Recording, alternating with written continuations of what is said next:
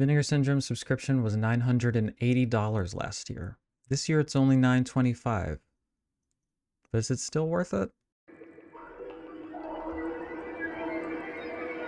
Good evening, everyone. My name is Celeste Lacabre. Welcome back to the channel. So, before we go ahead and get started, if you are at all interested in in-depth discussions on cult and art house films, please go ahead and hit the subscribe button, leave me lovely comments to read, like the video, and check out the links in my description. So today is the first day of subscriber week, and if you're not familiar, that's the week where Vinegar Syndrome offers a full year-long subscription to their entire slate of releases. So what that means is with that one all-in price, you will receive every single title from their main line of releases once a month to your door. If you are unaware of what Vinegar Syndrome even is, they are a cult and exploitation horror genre film sort of Blu-ray label. What they do is they take underseen or underappreciated films, usually of the macabre or exploitative variety, and give them the love and the care that they've never had before or that they really deserve, and give it to you in lavish Blu-ray productions with new special features, new restorations, and lovingly crafted packaging. So I guess before we really get into everything here, I just want to go ahead and make sure I say this at the jump because people appreciated it in my video last year, and I think it is worth reiterating that despite everything I'm going to say here today, it might feel like I'm trying to convince you to get this subscription, and I do think it's more of a mixed bag than it was last year, but like at the end of the day, I want to start with the reality check that like $925 is a lot of money to ask for anyone to pay all at once, even if it is like, you know, a PayPal Pay in 4 type of thing, or a PayPal credit, or just a credit card in general. Like, I know that we're not necessarily asking people to have that kind of money on hand right this second, but like I understand as well as anybody that things have been hard, like times have been tough financially speaking. This has been probably the hardest year financially I think I've ever had. And thankfully we were able to turn things around enough towards the end such that I can afford to renew my subscription. And like, I'm in a particularly privileged position in that I have an audience that is willing, at least partially, to give me money over on Patreon and send me some releases for free. So I completely understand that like my calculus for whether or not this is worth the price of admission is completely different than really the vast majority of other people's. I also put an enormous amount of work into a monthly Vinegar Syndrome review segment where I review every single title that is in the box of films that I receive with my subscription. And so there's incentive there to renew because it has become a very consistent segment and form of output on my channel. So like, I understand that it can be really easy to get caught up into the hype, and like fear of missing out is a very powerful psychological mechanism that Vinegar Syndrome has weaponized, mastered, and used to its fullest extent. Like, I understand these things, and I want you to know that like it's okay if you can't afford this or if you don't want it. There really shouldn't be any guilt or shame in that. This is a premium service for a premium product, and like that's like a lot of this at the end of the day is like supporting a mission statement too, you know, and not everybody is privileged enough to do something like that. So with that kind of extensive caveat to the side, let's talk about what is and is not included in your subscription. Okay, so here we are on the Vinegar Syndrome site, and let's go ahead and figure out what is and is not included in your subscription. So right off the jump, everything before this release here, so everything here down, is not included. Those are all backlog titles from previous years. These 3 titles right here, The Horrible Dr. Hitchcock, Forgotten Jolly Volume 6, and Santet, the double feature, those will all be included in your subscription and will be sent to you as soon as you purchase a subscription. This VSU, Southern Comfort, is not included in your subscription because it's part of what are called their sub-labels. So let's take a look here. Sub-labels, we have cinematography, I think is how it's pronounced, Degausser, drive-in, etiquette, Vinegar Syndrome Archive, labs, pictures, and ultra. So any releases under that banner are not going to be included in your subscription. And then also on the partner label side, there are, I don't even know how many at this point, like 25, something ridiculous. All these partner labels and all of their releases are not going to be included in your subscription. There's going to be like 20 or so odd film release, or like maybe not 20, but like 10 to 20 releases per month from these partner labels, and none of them will be included in your subscription. However, you will get 50% off coupon MSRP for everything that is released within the life of your subscription. So because I'm already a subscriber, let's take a look. Right here it says subscriber price for anything that is included in my subscription. And then when we go back to stuff that isn't, we see that discount disappear. Unfortunately, even if you sign up back to back, the discount doesn't carry over. So everything that was discounted in my subscription last year is not discounted in my subscription this year. Perhaps unfortunate, but it is what it is.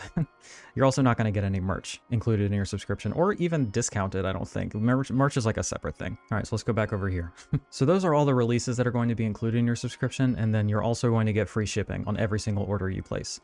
The subscription itself, I guess shipping is bundled into the price, so maybe it's not necessarily free, but you're not going to pay for shipping on top of that. And then literally, as long as you're signed in, every single order that you place from January 1st to December 31st, you will not be charged shipping. I guess the big question, because last year I was very enthusiastic saying that it was like absolutely worth it, and I was really gunning for people to get this subscription. Vinegar Syndrome's had a lot of growth and a lot of changes over this last year, and I think the calculation is a little bit different. I don't think it's as clear cut as it was to me. At the end of the day, you can see that I already subscribed. Full transparency, of course, but as I said, my circumstances are unique and they are different than the average person's, and they're different than even the average Vinegar Syndrome superfan or cinephile or what have you. So I want to try to be as objective as possible and give you the most responsible recommendation given the numbers that I have here. So what we're going to go ahead and do now is I've broken down the raw data for the entire life of my 2022 subscription to kind of see in retrospect how much everything ended up costing me, how much money I saved with the other perks, etc. And then kind of do some more math and a few more calculations as to whether or not it is as worth it or still worth it to renew in the new year. So at the beginning of 2022, the subscription cost was $980. However, people who were previous subscribers, which I was a halfway subscriber before that, were issued a $70 coupon, so it was actually only $910 with the discount. There was then tax added on top of that, and I can't calculate that, so let me go ahead and say that right up front. I cannot calculate tax for any of this. I will calculate to the best of my ability actual prices, shipping, that kind of thing, but tax is very specific state by state kind of thing, so there's no possible way I could try to calculate that. So that ended up taking it up about another $60, but the $70 discount did help quite a bit. Included in that were 14 4Ks, 18 Blu-rays, 6 collector sets, one of which being an entirely 4K collector set, for a total of 38 titles and 61 films. Now, of these titles, I ended up keeping 35 of them, and I'll run those down real quick.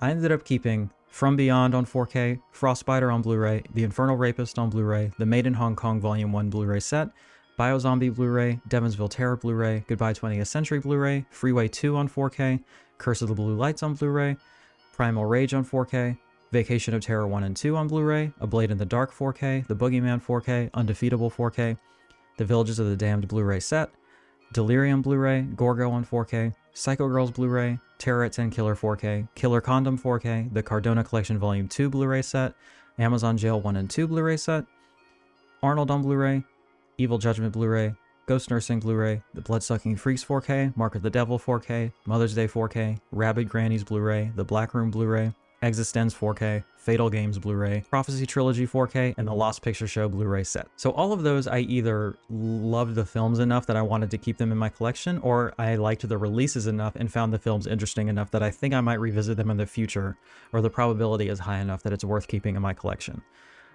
Really, Delirium, I think, is the only one of these films that I just didn't like, but I still kept because I still love the features, and I think that once I get more into the style, more into the director specifically, it's one that I'll want to revisit, and it was a film that was pretty fascinating, just not as particularly enjoyable to me personally. And then that leaves only 3 films that I sold, which were 5 Women for the Killer Blu-ray, The Night Screams 4K, and The Curse of the Screaming Dead Blu-ray. All 3 of these I just didn't like at all, and do not see myself revisiting anytime soon, and if I do, I don't mind buying it again. Like, I'm willing to take that risk. Last year, I think we ended up at like a 70% success rate. I don't know if it's like my tastes are changing, or like they're putting out stuff that is closer to my personal tastes, or I'm just becoming more well-rounded and more like willing to see the good in things that I might not have last year or something. I'm not sure what's going on, but this year it was a 92% success rate for the films, which is pretty astonishing, honestly, considering I just blind bought an entire year's worth of releases and ended up liking 92% of them enough to keep. That almost doesn't sound right. Like, I feel like I should have been selling more of these things, but I really did just get a lot out of all of these releases. If you want more of a insight or more in-depth discussions on like what you can expect from these films, I have a playlist of all my Vinegar Syndrome videos. I have reviewed all of these films, or will review them soon. As of the recording of this video, the October and November videos are the only ones I haven't finished yet, because they just take an astronomical amount of time and effort. But if you want to get more of a feel for the types of films that are released, go to those videos, see which ones sound like they are to your tastes, and see if the company as a whole sounds like it's aligned with your tastes and your values in terms of like what you look for in cinema and in supporting independent cinema and that kind of thing. All right, so let's really get into the nitty-gritty on the cost here. So the cost to buy all of that entire slate at the full MSRP would have been $1,989.25, or an average of $52.34 per title. Now, let's be completely honest, like literally nobody buys these things at MSRP, especially if you're shopping on the website. Like if you're a person who shops on their site regularly for their exclusive slips and stuff like that, you're not going to pay MSRP. Really, the only time you would pay MSRP, I think, is if you are in Canada or a different country or something like that, and there's an independent like video or record store that stocks their titles. Those are probably going to be stocked at MSRP, but even like Orbit DVD is not charging MSRP for these titles. So I don't think it's particularly useful to weigh the price of the subscription against the price of the MSRP. Thankfully, once again, I was sent a spreadsheet of what everything cost on the site when it wasn't on sale, like the actual cost of the item if you went to buy it on their website. And the cost to do that, to buy the entire slate on their website, was $1,369.62, or an average of $36.05 per title. And then, just because I was curious, let's just say if every single one of these limited editions made it to a Black Friday sale, made it to a halfway to Black Friday sale, and you were able to acquire them at 50% off. That's actually impossible, given the fact that so many of these actually did sell out throughout the year before they made it to a sale, but let's just pretend if so. To do that would have cost you $994.63, or $26.17 per title on average. However, the cost of the subscription per title was $25.79 on average. So that's an average savings of $10.26 per title from the actual cost of the films, or about 38 cents saved from the half off price. If we're talking about the difference between the half off sale and the subscription price, it's obviously not a ton, but you don't have to wait for a sale is the thing. You get these prices at it is still technically the lowest price you can possibly get them year round. And automatically at the beginning of the year, you've priced yourself into that. I've also run a separate calculation for what these average costs end up with if you used the subscriber discount, just to give you an idea of how the savings kind of accrue if you're a repeat customer. Because I'm sure a lot of people, and I think last year was their biggest year ever, and a lot of people are having to debate, well, should I renew it? And so I wanted to give you an idea of what these things cost because I had renewed my subscription and I got additional savings on top of that. So the cost per title with that $70 subscriber discount was $23.95. Which is an average savings of $12.10 per title from the actual cost, and an average savings of $2.22 per title from the half off sale cost. So there were 38 titles that were released throughout the year, but those worked out to actually 61 individual films that were released. And if you want to break it down that way, the cost per film was about $16.07 on average, or $14.92 with a renewal coupon. So this next part is a little harder to talk about than it was last year, because last year, I have to be so honest, I had an easier time selling these things at or above the cost that I paid for them. And there were also just more that I didn't like as much, so I was recouping more of my investment back. I remember in the last video I said something to the effect of like, you can pretty much guarantee your money back or even make money on some of these. And that is kind of true if you're being patient or if you're selling off some of the more high value items. But of everything there, like I said, I only disliked 3 of them enough to sell them. And I sold them at an average of $20 per title. That's after eBay fees, which have gotten worse.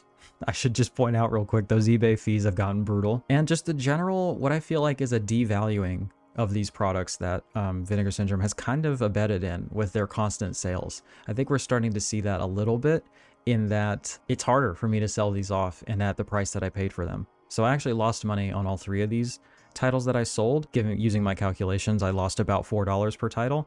But if you still think about it, like if I'm being generous and charitable again, that is, I mean, $4 is what it would cost to like rent that on Amazon Prime.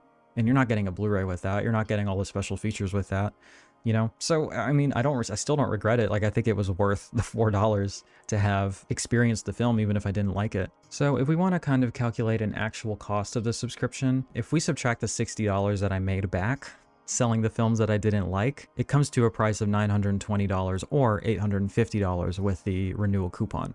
And that works out to $24.21 or $22.37 with the coupon. So just by selling a few items, we've actually brought the per cost average down a decent amount. Next, let's talk about the partner labels and the sub labels. So I understand if you don't want to count this towards your savings, because it's not like you're just getting $8 back every time or something, and it's not like savings is different than actual money back in your pocket, right? And like, you have to buy more titles to accrue more savings, and the fact that these are cheaper and that you get free shipping with them does incentivize to purchase more titles. So it might work out that you're spending more money than you would ordinarily anyway. But again, it's just, you just have to be honest about the type of consumer that you are. Like, if you're buying a bunch of partner labels and sub labels all the time, like, this will save you money. And let's go ahead and talk about just how much. So throughout the year of my subscription, I definitely dialed back the spending at a certain point. I definitely dialed back the number of new partner labels that I was purchasing and the new sub-label titles that I was purchasing. Part of that is because there were so many sales that are below subscriber prices this year that I spent most of my money on that. So we have 2 subscriber week sales at this point, where every day they do heavily discounted items. And there was also a warehouse sale and a 420 sale. There was just constant below half off prices throughout the year, such that when I went through my order history, like, that was the majority of stuff, was buying stuff on those sales. And you know, there was still a good amount of partner label titles that I bought, but it was less than I thought it probably would be had those sales not happened, right? I also am not counting the Black Friday purchases, of course. These are just the new partner label titles that were not discounted for anyone else but subscribers throughout the life of my subscription. And the total number of titles that I purchased that year, or last year, was 28. So the average savings that you get with the coupon is $8. It might be a little bit more, but I'm going to be a little conservative here, because like a handful of these was like $7.50 was what the coupon worked out to. But then some of them, like the Apocalypse Tetralogy set or the Showgirls set, was like $12 in savings for being a subscriber. But if we average it out to $8 a title, which I think is being generous, but regardless, the total amount saved just from buying partner labels was $224. So if we subtract that from the total, after we've already subtracted the money I made back selling the titles I didn't like, that works out to $696, or $626 if we count the renewal coupon, which works out to $18.32 per title, or $16.47 with the coupon. But we're not done yet. We still have to talk about free shipping. Vinegar Syndrome is kind of famous for how they have streamlined free shipping to an extent that it kind of spoils us, and it feels expensive to shop anywhere else, because what they do for sales events, even if you're not a subscriber, is that you can add to my existing order, where if you place an order at 9 a.m. and then you place another one at 10 a.m. and then you place another one at 2 p.m. and then you place another one the next day, like, you still just pay one shipping fee for all of that. It's really ingenious, and depending on how you look at it, it either saves you or costs you a lot of money. Now, because of this, and because I am a subscriber, I get that benefit throughout the whole year, regardless of if there's a sale going on. I just don't ever pay shipping. And because of that, I'm going to place a lot of orders, because I don't have to worry about bundling and worrying about making it worth the shipping cost. I can just place a $10 order and not even worry about it. But I placed 51 orders throughout the life of my subscription. I still am not sure exactly how much shipping costs on the Vinegar Syndrome site, and I don't think you can kind of give one singular price, since it's so dependent on how many things are in the cart, whether or not you're buying merch, etc. But the average cost that I was able to figure out was about $5 is what you can expect at like a reasonably sized order. So at $5 an order, 51 orders, that would have saved me $255. But again, I don't think it's fair to look at it that way, because I'm only placing so many orders because it's free. To look at it as conservatively as possible, there's 12 months throughout the year that you are able to make purchases, even during the partners only month. Like, if you're like me, you're going to be buying partner labels that month. And let's just say let's just say you're the type of person that's only going to place one order there per month.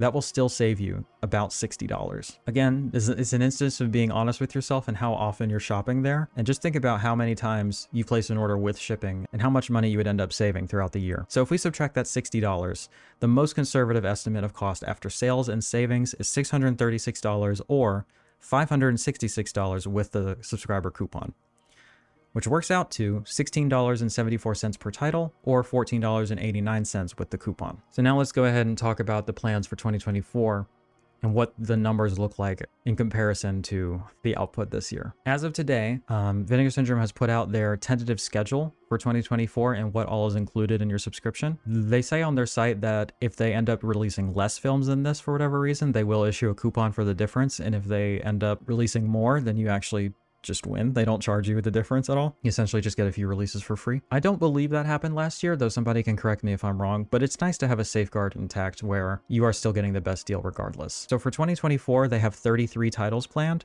which is actually 5 less than last year at 38, including at least 12 UHDs and at least 9 multi-film sets, which is tentatively more 4K and more multi-film sets than there were last year. However, we are missing that giant 10-film box set, which really made 2023 an outlier in terms of calculating this stuff and its value. So the cost for the subscription, like I said at the beginning, is $925, which actually is $55 cheaper than last year. And they sent out a renewal coupon for subscribers that was actually slightly higher. So it was $75, which makes it $850 with the renewal coupon. Or alternatively, they actually sent out $25 coupons for customers who had not yet subscribed before. So if you're a first-time subscriber and a customer of Vinegar Syndrome, you should have received a $25 coupon, which would make it $900 for your subscription. So that works out to, without any coupons, $28.03 per title. With a $25 coupon, $27.27 per title, and with the subscriber renewal coupon, $25.76 per title, including box sets. So, if we're being honest here, if we're looking at this, that is about an increase of $2 to $3 per title with the subscriber prices. I don't think it's changed at all, that this is still going to be the cheapest way to get all of these releases, and especially to get all of them upon release date. Like, that's just not gonna budge.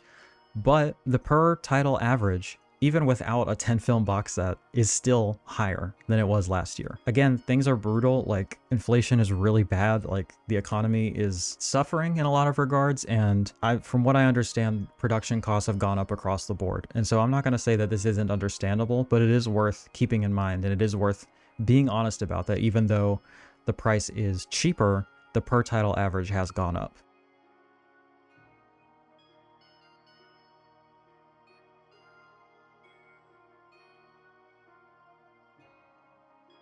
So with all those numbers out of the way, I mean, at the end of the day, I think it is just up to you. Like, I can't extrapolate these numbers to your purchasing habits, to your cinema tastes. Really just take a look at their website. Think about what you've thought throughout the year as you've looked at their website. How often do you realistically expect you'll be placing orders here? How much of their output do you think you'll be enjoying? Because I've heard a lot of people complain about 2023's output in that there were not enough mainstream titles, or there were too many foreign films, or there were too many like weirdo titles that they just weren't expecting. Because 2022 was a higher than average rate of mainstream titles being released. For me personally, I really respect and admire this, and clearly it has worked out for me as I kept more of my titles.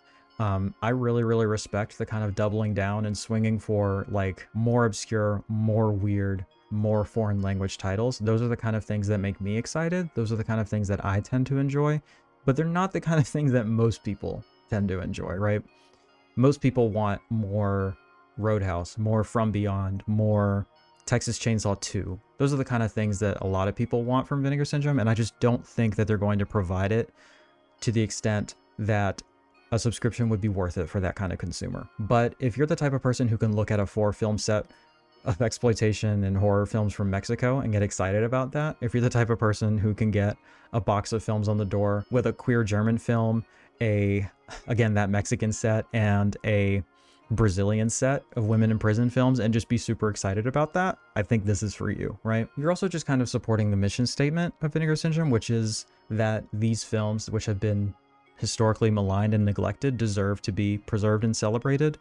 They're one of the few labels that has a actual in-house film vault and actually keeps the original camera negatives and existing film materials for thousands of films. So they work not just as a Blu-ray distribution company, but as a film preservationist entity of sorts. Kind of like a fucking sleazy Library of Congress or Museum of Modern Art or something like that. So that's it. I talked a lot about last year how much doing this had expanded my taste and expanded my knowledge and expanded just me as a person. I feel like I have really come to learn and appreciate so many more facets of cinema through this journey with Vinegar Syndrome. And I really just feel like that continues to be true. Like, I continue to take the plunge with them and learn more and more about different directors, about different genres, about different country cinematic histories. The supplements on these things are just second to none. The packaging is fantastic. The restorations are just incredible. So overall, it's something that I recommend for a certain type of person, though I think I have to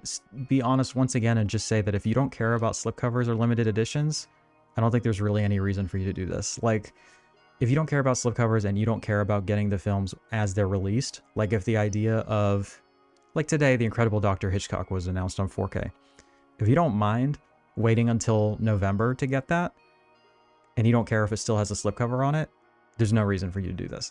If you want it right now, like if you want to watch it as soon as possible and you want it with the slip box and everything, and you expect that you'll want that for most, if not all of their titles, this is for you. This is what you're going to want. Otherwise, like, I get it. Shit is tough and it makes more sense to wait for sales, and we can't all be super particular about getting like a slipcover with everything or something like that. And we can't all just kind of endeavor this like noble cause to like help keep exploitation cinema preserved and alive or something like that, right? So like, again, I've said this a bunch of times and I'll try to stop repeating myself, but it really just comes down to the type of film watcher, the type of consumer, and the type of collector that you are personally. And that's it, I think. Again, like, if you have any questions, please feel free to let me know in the comments down below. I know that this was a lot of information and a lot of numbers that I threw at you. I hope all of my information was accurate and all of my math was right. But if anybody wants to fact check me on any of that, please feel free, and I'll try to make a correction in the comments or something like that. Or if it's bad enough, I'll just make a whole fucking new video. But like, yeah, there's no dumb questions here. I know that Vinegar Syndrome as an entity is actually fairly complicated and confusing, so I'm here to help. If you'd like to support this venture monetarily, there are links in the description for my Patreon, channel membership, and Amazon wishlist. Your support goes a long way in making these videos possible and in doing things like renewing my subscription to talk about these titles possible. If you'd like to support this channel non-monetarily, liking the video, subscribing to the channel, and leaving me lovely comments to read, and sharing this with a pal are all super helpful and free. There's also links in the description for my social media accounts, should you like to be a little bit more intimate with me. In a bit, you're going to see a screen at the end of the video to watch the rest of my Vinegar Syndrome videos. And that's it. Remember that Satan loves all of their children. I'd like to thank our newest patrons, Josh Hornbeck, Jamie, and Jay Hees. I'd also like to thank our accomplices, Anthony Listro, The Boogeyman's Closet, Carlin Cook, Deanna Vave, The Disconnected, Dustin Putman, Enrique Bernal, George Strang, Julie Humphries, Nosferatu 1334, Peppa Crab, Ronnie, and Sasha Bobashasaurus. If you'd like to be counted amongst their ranks, the link is in the description.